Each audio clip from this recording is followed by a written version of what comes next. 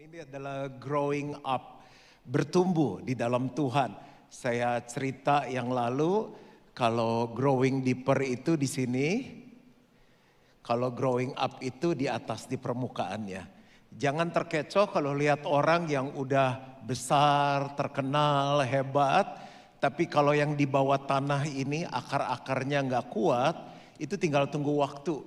Jadi pernikahannya nanti anak-anak udah nikah, punya cucu, harusnya semakin manis, jadi udah kayak anak kecil lagi. Bisnisnya akhirnya terbuka kedoknya.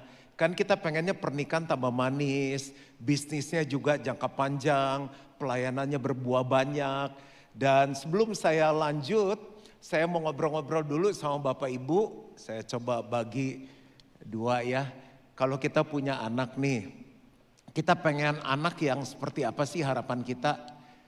Coba boleh kasih jawaban dari beberapa grup. Kalau grup sebelah sini, pengen punya anak yang seperti apa?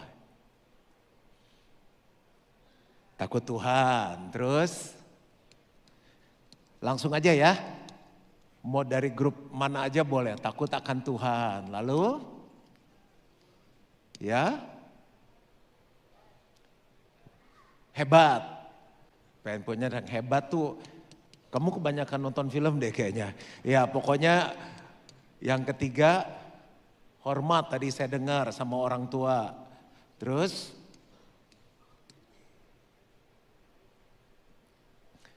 jangan-jangan pada belum nikah nih, pada belum punya anak. Rajin. Terus, fresh, ikan kali. Oke, fresh. Ya mandi lah. Terus, jujur.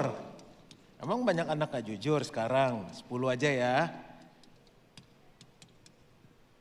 Caring. Terus, yang sebelah sana? Happy. Atas. Belakang. 2 lagi nih. Smart. Oke. Kalau bisa jangan kayak papa mamanya ya, smarter. Satu lagi. Saya rasa ada yang belum keluar nih dari hati nih. Tuh kan terakhir kaya. Oke, saya kasih bonus ya. Ini mau keluar nomor 1 harusnya, cuma nggak enak lah ya. Terpikir matre. Nah emangnya kalau ini semua akhirnya dapat nih di anak kita, endingnya biar apa sih tuh anak? Tujuan akhirnya apa?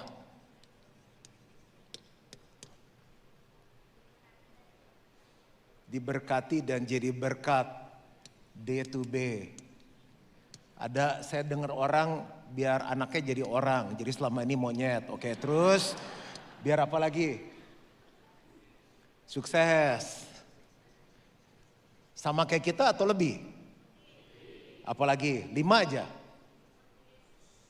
Oke. Kita suka lihat anak di mall guling-guling minta barang, kayak setan. Dah golnya jadi kayak Yesus. Yang kelima, terakhir. 1 lagi. Oke, nggak apa-apa kalau cuma sampai 4. Dan 1 kata untuk mewakili semuanya ini sebenarnya kita pengen mereka menjadi seseorang yang grown up, bertumbuh. Nah, ini ada pengaruh dari papa mamanya enggak? Ada. Seberapa persen? Seberapa besar? 100%? Nah, karena orang tua nggak sempurna, seringkali ada anak yang bilang, ya karena papa mama saya kan gitu, nggak suka orang lain, nggak sepintar orang lain. Dan orang tua pun, aduh kenapa gue jadi orang tua gini ya, gagal gedein anak kayak begini. Nah yang luar biasa adalah gini, waktu kita jadi anak Tuhan, kita diadopsi jadi anak dari Bapa di surga. Sehingga sekarang kita punya Bapa yang sempurna. Jadi kalau orang tua di dunia pengen anak-anaknya growing up, apalagi Bapa di surga. Kalau orang tua di dunia punya tujuan akhir, punya anak nih tujuannya supaya anak aku jadi ini, Bapa di surga juga punya tujuan yang jauh lebih tinggi dari tujuan orang tua yang ada di dunia. Nah, sepanjang tahun kita akan belajar tentang hal ini. Dan saya kasih judul hari ini khotbah pertama saya adalah growing up bagian yang pertama. Nah, nanti saya akan lanjut bagian yang kedua. Yesus itu hidup kurang lebih 33 tahun di muka bumi ini. Nah, selama 30 tahun yang dia lakukan adalah growing deeper. Itu ada ayatnya. Lalu 3 tahun dia berkarya, yang ini tidak tertulis tapi para ahli Alkitab menghitung dia mengikuti 3 kali Paskah, berarti 3 tahun. Dan karena 30 tahun growing deeper-nya strong, hidupnya cuma 3 tahun tapi dampaknya luar biasa sampai sekarang. Jadi saya akan bahas minggu ini dari Lukas 2 ayat 40. Growing deeper-nya hanya untuk review. Tapi nanti saya akan bawa Bapak Ibu tinggal landas di Lukas 2 ayat 52. 3 tahun berikutnya tuh seperti apa. Yuk coba kita lihat. Ini Lukas 2 ayat 40 itu bunyinya seperti ini. Anak itu bertumbuh besar dan menjadi kuat, penuh hikmat dan kasih karunia Allah ada padanya. Saya akan bahas di kasih karunia Allah ada padanya. Nah, bagaimana kita bisa jadi seperti Yesus, hidupi tujuan akhir yang jadi mimpi setiap orang tua, perlu ada kasih karunia Tuhan. Nah, Lukas 2 ayat 40 itu bicara tentang dibentuk. Fondasi hidup yang dibentuk Tuhan. Karena akan turun hujan, datanglah angin serta banjir melanda rumah itu. Orang yang strong in foundation, bisnisnya, pelayanannya, kehidupan pribadinya itu akan kuat. Nah, tapi Lukas 2 ayat 52 nanti saya bahas di part 2 itu bicara mengenai dipercaya. Jadi coba bilang sama-sama dibentuk, dipercaya. Nah, ada banyak orang dipercaya keluarga yang bahagia, dipercaya bisnis yang besar, dipercaya sebuah organisasi, kepemimpinan dan lain-lain karena dia sudah dibentuk. Nah, kalau orang gak siap dibentuk dan dipercaya, akhirnya apa? Hancur. Ada bisnis yang hancur di generasi berikutnya, pelayanan yang hancur di generasi berikutnya. Lukas 2 ayat 52 bicara mengenai dipercaya, kehidupan yang matang dan berdampak bagi Allah dan manusia. Kita lihat banyak kok orang yang secara luar tuh hebat, perusahaannya besar tapi berdampak gak bagi banyak orang. Bunyi ayatnya seperti ini, dan Yesus makin bertambah besar dan bertambah hikmatnya dan besarnya, ini goal kita, dan makin dikasihi oleh Allah dan manusia. Ada orang yang fansnya tambah banyak, yang beli produknya tambah banyak, dikasihi manusia tapi gak dikasihi oleh Allah. Bahkan gak dikasihi sama keluarganya sendiri. Nah, Lukas 2:40 menjelaskan apa yang sedang dibangun dalam hidup seseorang. Ini yang tadi saya bilang, ini yang di bawah tanah. Yang pertama adalah fisik bertambah besar. Jadi bukan hanya size perutnya, lingkar perutnya tambah besar. Nah, saya orang yang seneng banget makan, tapi saya orang yang senang juga memperhatikan kesehatan. Kan setahun 2 kali saya lakukan check up. Kemarin check up dokternya bilang bagus banget, lebih baik hasilnya dari sebelumnya. Dan kalau lihat ke depan udah cek segala macam, nggak ada kemungkinan terkena serangan jantung sesuai dengan riwayat keluarga dari papanya. Karena saya lihat bahwa kamu bangun hidup berolahraga dan lain-lain. Senang banget. Jadi beberapa hasilnya tambah bagus. Dan ini kita harus pelihara sampai Yesus jemput kita kali yang kedua. Secara karakter dan jiwa menjadi kuat. Ada orang fisiknya kuat tapi lemah di karakter, lemah di jiwa. Makanya tahun kemarin tren terbesar adalah orang sakit mental. Mental illness. Nah, kita enggak, tubuh kuat, jiwa sehat, tapi rohani dan intelektual penuh dengan hikmat. Nanti kita akan belajar orang penuh hikmat itu seperti apa. Lalu hubungan dengan Tuhan apa? Kasih karunia Allah ada padanya. Nah, saya akan fokuskan bahas ini.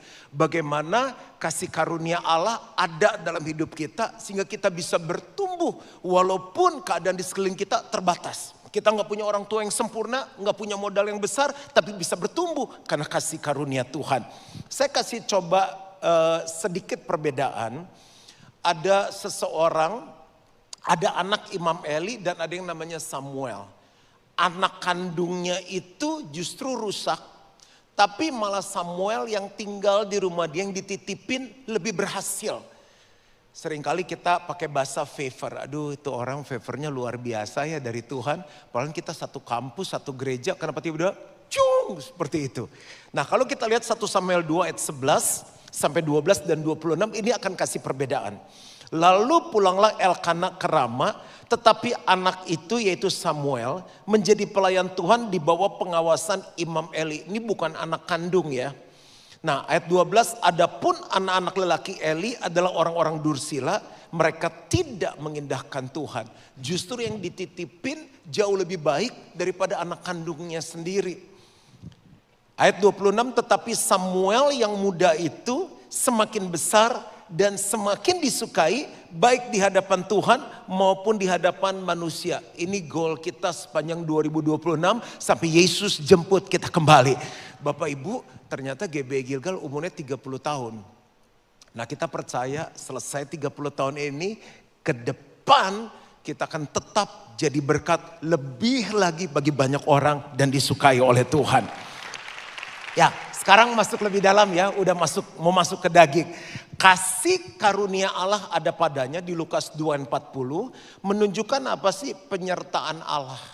Kalau kita baca Alkitab, orang-orang sederhana, orang-orang yang gak dilihat oleh dunia, tapi waktu disertai Tuhan, apa saja yang diperbuatnya berhasil. Jadi kasih karunia, charis, anak saya namanya Charisa, artinya apa? Penyertaan Allah dan perkenan ilahi selama proses pembentukan. Dua hal yang kita perlu dalam hidup kita untuk growing up. Penyertaan Allah dan perkenanan ilahi. Ada istilah ABS, asal Bapa senang. Saya tambahin, asal Bapa di surga senang, selesai sudah hidup kita. Apa saja yang dikerjakan oleh tangan kita dibuat berhasil oleh Tuhan. Nah, kalau kita hidup dalam kasih karunia Allah, tandanya apa? Dia akan berdampak nyata dalam relasi dengan sesama. Semakin banyak orang tuh pengen dengerin dia, pengen ngikut dia, senang sama dia. Saya akan bahas 7 poin, sederhana aja, prinsip-prinsip bagaimana sih hidup dalam kasih karunia Allah. Kita enggak sekaya orang lain, sekolahnya enggak setinggi orang lain. Tapi waktu kita hidup dalam penyertaan Allah, kita akan lihat hidup kita bertumbuh dalam Tuhan. Yang pertama, mulai dengan identitas anak. Coba bilang sama-sama identitas. Gini ya, banyak orang gak bisa maksimal dalam hidup karena dia gak sadar bahwa dia anak dari Bapa di surga. Bapa di surga itu yang punya langit bumi beserta segala isinya. Bapa di surga itu baik banget. Alkitab bilang dia menurunkan hujan bagi orang benar dan bagi orang jahat. Dia menerbitkan matahari bagi orang benar dan orang jahat. Adil, baik, setia, penuh kasih, sempurna. Itulah Bapa yang kita sembah. Bayangkan apapun kehidupan kita. Kita mulai tahun 2026 sampai selama-lamanya dengan sebuah identitas aku anak dari Bapa di surga. Pasti ada penjagaan Tuhan, pasti ada berkat Tuhan, pasti ada pemenuhan untuk setiap kebutuhan yang kuperlukan untuk sekolahin anak, untuk bayar rumah, untuk hal-hal yang lain. Ada pimpinan Tuhan, suara Tuhan gak akan berhenti menuntun aku dari tahun demi tahun. Dia akan kasih tahu apa yang harus aku putuskan, apa yang harus aku kerjakan, apa yang harus aku rencanakan. Kalau orang seperti itu pasti bertumbuh. Cirinya apa? Kalau orang punya identitas anak ya, orangnya lebih tenang. Lu umur sama, dulu itu dia udah hebat. Tenang aja, ada waktunya Bapak bagi setiap kita. Coba lihat kiri kanannya, tenang gak orangnya? Aduh, kita salah apa nih? Tenang aja, tenang aja. Saya kebetulan dikasih berkat sama Tuhan cuma anak 1. Karena mungkin saya suka doa seperti Yesus kali ya. Karena Bapak kan punya anak cuma 1. Jangan tersinggung yang punya anak 3. Katanya tiap anak tuh beda-beda. Sampai orang tua suka rapat, kenapa ya anak kita nomor 2 kok males? Kayak lu kayaknya gitu. Nah tenang, pokoknya kita jangan bandingkan hidup kita dengan orang lain. Saya anak dari Bapa di surga, setiap bapak pasti mikirin yang terbaik untuk anaknya. Tenang, coba bilang sama-sama tenang. Kasih tahu sama saya tenang, tenang. Kita masih kontrak, Tuhan lagi izinkan kita nyicipin beberapa rumah. Sampai kita tahu pasti mana yang kita mau beli. Ada orang udah beli nyesel, kenapa kita beli di sini ya? Tenang. Yang kedua, tidak defensif. Dia gak perlu bela diri. Tuhan bilang kalau kamu turun tangan, aku angkat tangan. Aku yang bela kamu. Mau dijahatin orang, mau difitnah orang. Yang penting kita ada di jalan Tuhan, Bapa yang bela kita. Yang udah punya anak siapa?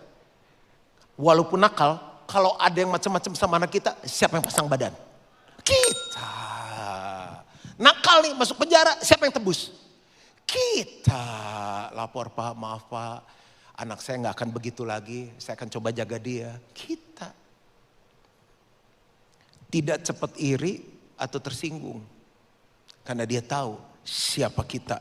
Kita anak dari Bapa di surga. Nah, ada quote.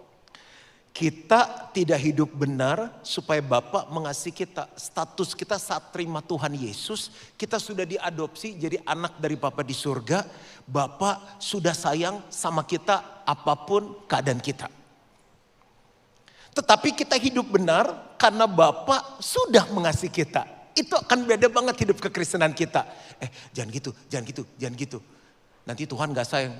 Siapa bilang Tuhan sudah sayang sama kita. Kita mau hidup benar karena kita nggak mau melukai hati dari Bapa. Percaya masuk tahun 2026 dengan konsep identitas yang benar. Aku anak dari Bapa di surga. Kita jalanin bisnis tenang. Kita ngerintis sel tenang. Ngarepin masalah tenang. Kalau aku khawatir Bapa di surga lihat. Dia akan kasih tahu apa yang harus aku lakukan. Nomor 2. Gimana sih supaya kasih karunia yang sudah ada terus bertumbuh dalam hidup kita? Melakukan pertobatan kecil setiap hari. Pak, Bu, yang udah punya anak, siapa yang anaknya sering ngeselin? Bapak, aku angkat tangan dulu. Serius anak pendeta? Ya, namanya juga anak. Hebat banget Bapak Ibu. Saya ulang sekali lagi ya, siapa yang anak kita suka bikin kita naik darah? Kira-kira Bapak di surga suka naik darah gak sama kita? Nah. Ya mau gimana namanya anak ya. Udah nakal tetap kita sayang. Duh tuh anaknya kadang ngeselin, kadang lucu, kadang imut-imut, kadang pengen dicium, gak ketemu gua kangen. Itu hati orang tua. Tapi kasih karunia dalam hidup dia akan terus bertumbuh demi kebaikan dia. Kalau dia melakukan pertobatan kecil setiap hari. Contoh. Kamar kayak kapal pecah. Harapan kita ngomong apa? Dek, kalau habis tidur bangunin. Kamu nanti dapat suami mabok loh. Lihat kamar kayak begitu. Baju buang ke tempatnya, tempat baju kotor. Kan nanti ada yang cuci, tapi jangan dilempar. Habis pakai sepatu, taruh ke tempatnya. Habis makan, piring dibersihin. Makan jangan berantakan kemana-mana. Tiba-tiba besoknya, lihat, kesambat apa anak kita? Ranjang mulai dibersihin. Emang kita tambah sayang? Enggak, kita udah sayang dia. Emang kalau dia gak bersihin kamar nanti kita gak biayain ikannya dia? Tetap kita biayain. Cuma kasih karunia dalam hidup anak itu bertumbuh. Ayo dong belajar masak nasi. Belajar dikit-dikit. Sekarang kan tinggal GrabFood mami. Keluarga udah modern. Tapi walaupun bagaimana kalau anak kamu bilang ini mami pengen nasi Hainam. Aduh gimana ya. Tapi kalau maminya sendiri yang masak sama GrabFood beda tuh sentuhannya. Perubahan-perubahan kecil dalam hidup anak kita membuat kita tetap sayang sama dia. Dia gak berubah pun kita tetap sayang. Tapi favor, kasih karunia di anak itu bertumbuh. Kecil aja, coba bilang sama-sama kecil aja. 2026, lakukan hal yang kecil. Lakukan hal yang kecil. Mandi itu gak selalu langsung bersih. Bapak Ibu tadi pagi mandi gak? Pakai gayung atau pakai shower? Misalnya shower deh ya, gayung pun gak apa-apa, tetap masuk surga. Kita pasang shower, ces, air keluar kan? Berapa lama kita bersihin badan? 12 menit. Itu mah nyuci rumah Pak. Oke, shower kan? Kita kan gak begini, Ma aku mandi ya, pasang stopwatch terus gini. Udah bersih, gak bisa. Cara mandi gimana? Dikit. Iya Pak, laman Pak agak bahu di situ. Nah, dikit. Itu. Pertobatan kecil aja. Nah, perubahan yang terjadi apa? Kalau orang itu growing up, hidup dalam favor Tuhan. Dia nggak hidup lagi dalam dosa. Iya, jatuh dalam dosa. Tapi lama-kelamaan dia menang. Iya dong, anak kita kalau 1 tahun, 8 bulan, merangkak, jatuh masih lucu. Lucu Pak, ngiler-ngiler dikit. Coba kalau 18 tahun. Lu kenapa tiap meter jatuh? Lu gak bisa pakai tutupan itu, masker. Lu ngiler terus tiap 5 menit udah gak lucu lagi. Orang yang melakukan pertobatan kecil setiap hari, dia gak akan hidup dalam dosa lagi. Hatinya gak menumpuk racun. Dan hubungan dengan Tuhan lebih hangat. Bapak ibu suami istri hubungannya lebih hangat kalau gak buat dosa atau kalau buat dosa. Papa selingkuh lagi ya? Duh aku tambah sayang sama papa, gak ada. Anak kita sama kita tambah hangat kalau dia lama-lama tambah berubah, tambah baik. Enggak merubah sayangnya, tetap sayang. Yang ketiga, bangun kekuatan lewat ketaatan kecil. Papa mama sayang sama anaknya. Tapi anak itu kan akan menghadapi dunia luar. Dibully, ujian sulit, nawarin barang ditolak. Masa papanya gini, udah papa beli semua produk kamu. Kan gak dewasa tuh anak. Dibully sama temannya, mana anaknya papa hajar anaknya. Kan gak dewasa tuh anak. Masa udah kawin anak 3, papa bisa tolong datang gak pak? Ada yang ganggu nih pak tetangga, kan gak lucu. Makanya gini, latih anak kita bangun kekuatan kecil. Saya tulis gini, otot rohani dibangun di latihan kecil, bukan di pertandingan besar. Makanya setelah saya ngerti, setelah 50 tahun itu otot kita katanya tambah berkurang. Saya paksakan diri saya squat 100 kali. Push up minimal 50 kali. Dan gerakan-gerakan yang lain tentu ya ada selang-selingnya. Jadi misalnya treadmillnya itu untuk ngabisin fat. Kan goal saya visceral fatnya di 6. Sekarang masih di 8. Jadi saya incline 15. Kecepatannya 3 aja, kadang naikin 3,5 interval, udah bajunya basah, masih bisa ngomong, masih bisa telepon, masih bisa nonton khotbah. Tapi waktu saya strength training, yang saya mau bangun adalah apa? Ototnya kuat. Kecil aja, sehari 100 kali squat, push up 50, 70 kali. Rohani juga sama. Contoh, sekarang itu sosial media suka pop up konten-konten yang gak benar. Udah gak benar, terus kita play. Kita skip, itu ketaatan kecil. Misalnya, saya layani orang-orang yang jatuh dalam dosa, dimulainya tahu gak apa? Dia gak pasang benteng, kalau bisa nih ya, ini contoh doang. Saya punya komitmen gak mau satu mobil dengan lawan jenis berduaan. Ada supir pun gak mau. Tidak mau masuk kamar berduaan yang ada lawan jenis. Kalau saya meeting sama sekretaris saya kan perempuan. Buka ruangannya, buka ruangannya roboh dong. Buka pintunya. Kalau enggak di tempat umum, di ruang meeting besar, saya ngobrol. Itu ketaatan kecil yang kita lakukan untuk apa? Kita bisa grow up. Tuhan tetap sayang, tapi kalau kita jatuh bangun dalam dosa seks, kan bahaya. Kita yang rugi. Bangun kekuatan kecil. Contoh, coba misalnya doa bahasa roh yang sudah dipenuhi Roh Kudus dan punya karunia berbahasa roh.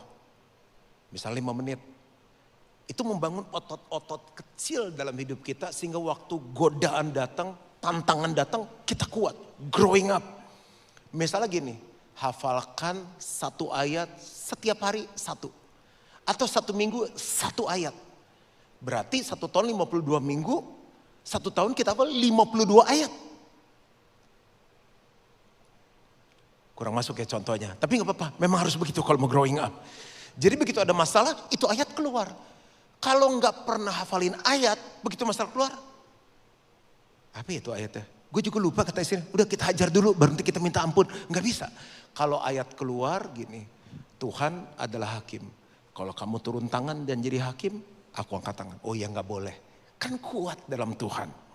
Yang keempat. Mengejar hikmat bukan hanya informasi rohani. Kenapa banyak orang ke gereja hidupnya gak berubah, reaksinya gak berubah, karakternya gak berubah, dosanya gak sembuh-sembuh. Karena yang dia kejar informasi.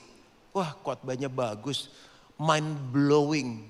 Khotbahnya bagus, out of the box. Khotbahnya bagus, terberkati apapun apapun istilahnya, kita bertumbuh nggak growing up? Ternyata banyak orang suka mengejar khotbah yang bagus, informasi, karena itu menghibur telinga dia. Tapi yang harus kita kejar kalau mau grown up, bukan hanya khotbah yang bagus, informasi rohani yang bagus, tapi hikmat. Dari semua khotbah yang aku dengar, satu hal apa yang aku bisa lakukan, itu yang membuat kita growing up. Misalnya, kita saat teduh 5-10 ayat. Kalau aku kan masih pakai Alkitab yang harian. Itu saya travel kemanapun saya bawa. Setelah selesai saya bilang ini, Tuhan, satu hal apa yang Tuhan mau bicara hari ini untuk aku. Dan aku mau lakukan. Dosa apa yang Tuhan tegur yang aku mesti perbaiki. Perintah apa yang Tuhan mau aku lakukan supaya aku bisa lebih berbuah. Satu aja. Jadi bukan mengejar informasinya, tapi mengejar hikmatnya. Nih, ciri orang penuh hikmat saya tulis seperti ini. Orang itu penuh kebenaran yang bisa dipakai untuk mengambil keputusan. Dan setiap kali dia ngambil keputusan, walaupun sakit, walaupun berat, hasilnya, dampaknya luar biasa. Perubahan yang terjadi apa? Kalau orang penuh hikmat ya, nggak hanya sekedar senang dengar khotbah. Reaksinya lebih lambat. Istri udah ngajakin ngomong, agak panas dikit, dia tenang. Responnya lebih bijak. Ya udah, kalau mama maunya gitu, papa coba ya. Minta maaf ya kalau saya salah. Istrinya lihat, kok rubah? Iya dong, udah growing up. Orang penuh hikmat, reaksinya lebih lambat, responsnya lebih bijak. Mengatakan tidak pada hal yang tidak perlu. 5. Sampai sini kita belajar sesuatu. Hidup dalam ritme yang seimbang. Orang tambah bertumbuh, tambah grown up, balance hidupnya. Kita sering tidak merasakan kasih karunia Tuhan karena kita kehabisan energi. Orang kalau udah capek, makanan enak pun rasa gak enak. Liburan bagus pun, udah teler, udah low bed. Justru kalau kita bisa balance, kita dalam keadaan yang fit dan segar. Walaupun kita gak bisa liburan sama seperti mereka, kita gak dapat fasilitas selengkap mereka, dalam keadaan apapun kita bisa bilang ini, Tuhan baik ya. Anak-anak kita takut akan Tuhan, mau ke Gilgal Kids, mau ke Gilgal Youth. Aku punya suami yang setia, walaupun rumah kita gak seperti orang lain, tapi kita nikmati damai. Kenapa? Karena ritmenya seimbang. Bapak Ibu mau cek gak ritme hidup kita seimbang atau enggak? Di mana ada keseimbangan, disitulah semuanya bertumbuh. Organisasi bertumbuh, gereja bertumbuh, bisnis bertumbuh karena adanya balance. Coba kalau utangnya jauh lebih tinggi daripada pemasukannya, enggak balance. Ciri ya, punya jadwal doa yang konsisten. Saya konsisten pastor, sebulan sekali, itu perlu ditingkatkan lagi.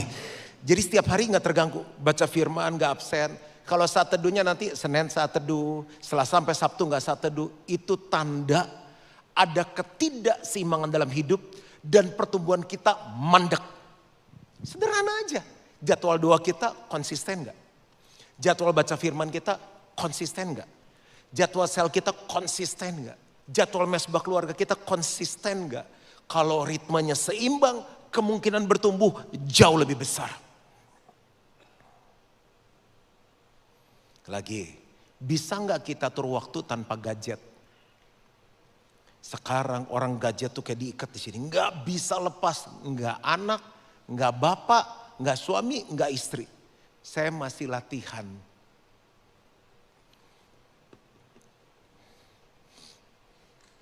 Kemarin saya baru kembali, jadi waktu ke Belanda kemarin gereja yang kita bina bertumbuh. Di Natal kemarin 2 kali kebaktian sampai nolakin orang mau datang. Dan saya challenge mereka untuk tahun depan 3 kali kebaktian. Walaupun pergi, tetap saya bangun pagi, disiplin saya adjust dengan waktu di sana. Saya saat teduh, saya doa dengan Tuhan. Waktunya kebaktian, saya bilang sama teman-teman pergi bareng, ayo kita kebaktian sama-sama. Waktu tahun baru, kalian boleh bikin acara, malam mau lihat kembang api mau apa, tapi saya mau kita ngumpul sama-sama.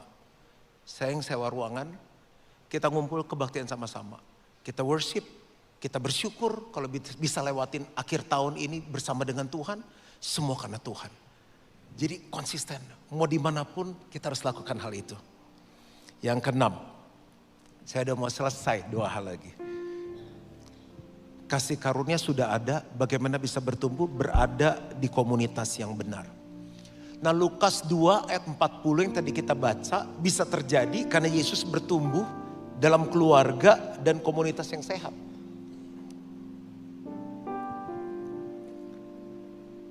Anugerah Tuhan, kasih karunia mengalir, bertumbuh lewat 3 hal.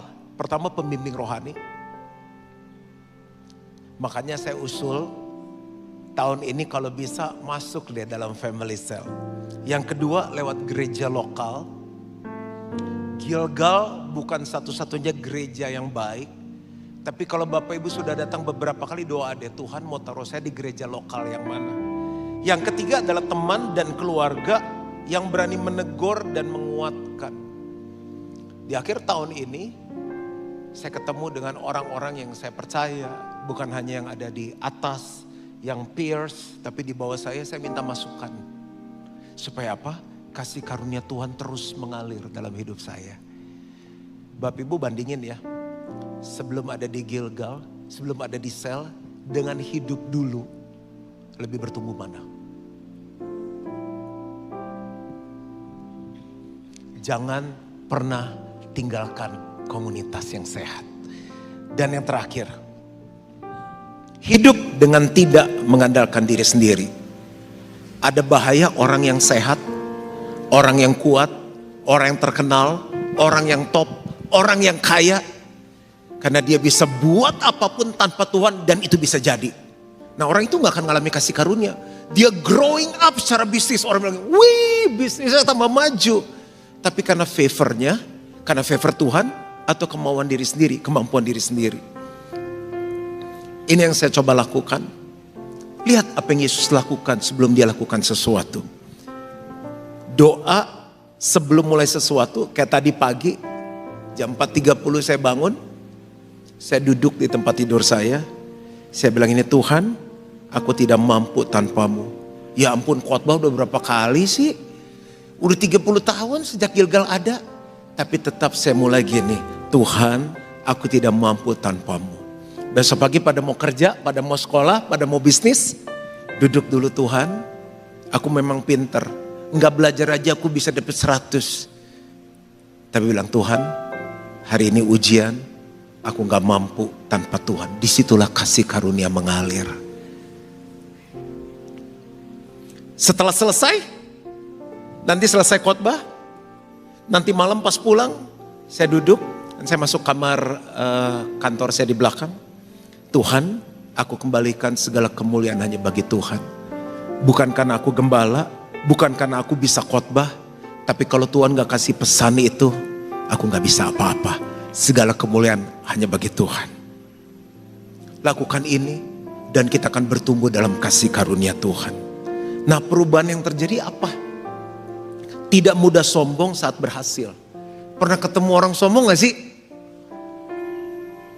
Aduh gue kayaknya kok gimana lu tambah kagum, kenapa? Lu tambah sombong deh sekarang. Kan aneh, kita kesel banget sama suami kita kayak, Pak kok sekarang tambah sombong? Ah kamu ngaco masa gini sombong. Dia gak sadar bahwa dia sombong.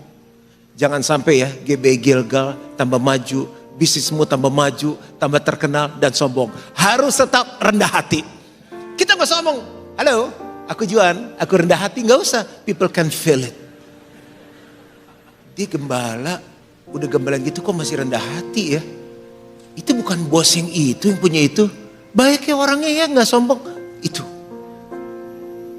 Perubahan yang terjadi tidak mudah sombong saat berhasil dan tidak hancur saat gagal. Karena kita hidup dari kasih karunia Tuhan.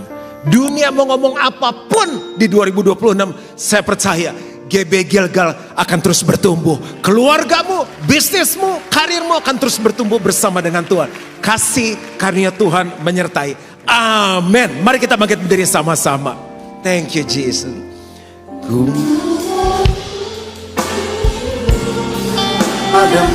Nah, ada kata ini bagus sekali.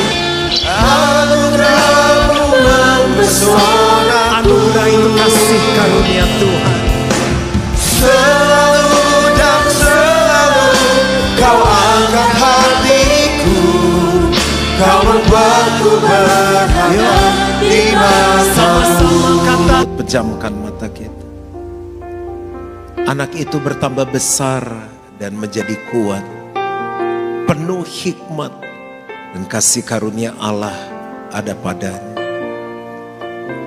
Setiap hari saya bersyukur, saya bilang Tuhan, tanpa kasih karunia Tuhan, aku gak bisa seperti ini. Gilgal gak bisa seperti ini. Berapa banyak yang mau growing up bersama dengan Tuhan di tahun 2026. Sama seperti kita pengen anak-anak kita bertumbuh. Tuhan mau kita bertumbuh. Pulanglah dengan sebuah identitas, aku anak. Aku harus tenang. Gak perlu defensif, gak perlu iri. Pulanglah dengan melakukan pertobatan kecil setiap hari. Kecil aja, tapi tiap hari.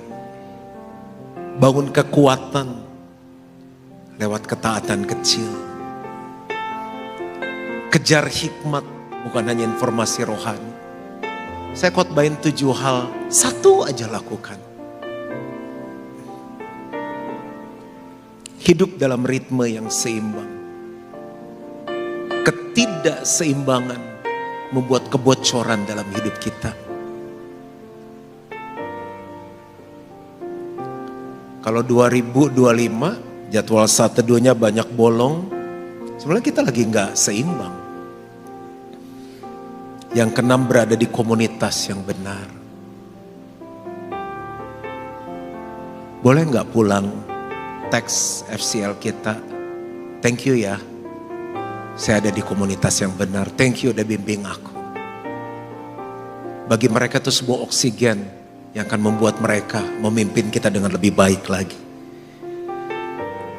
Dan yang ke-7, pulanglah dengan tidak mengandalkan diri sendiri. Aku berdoa semua jemaat Gilgal bertumbuh. Dan semua yang percaya sama-sama katakan amin, amin.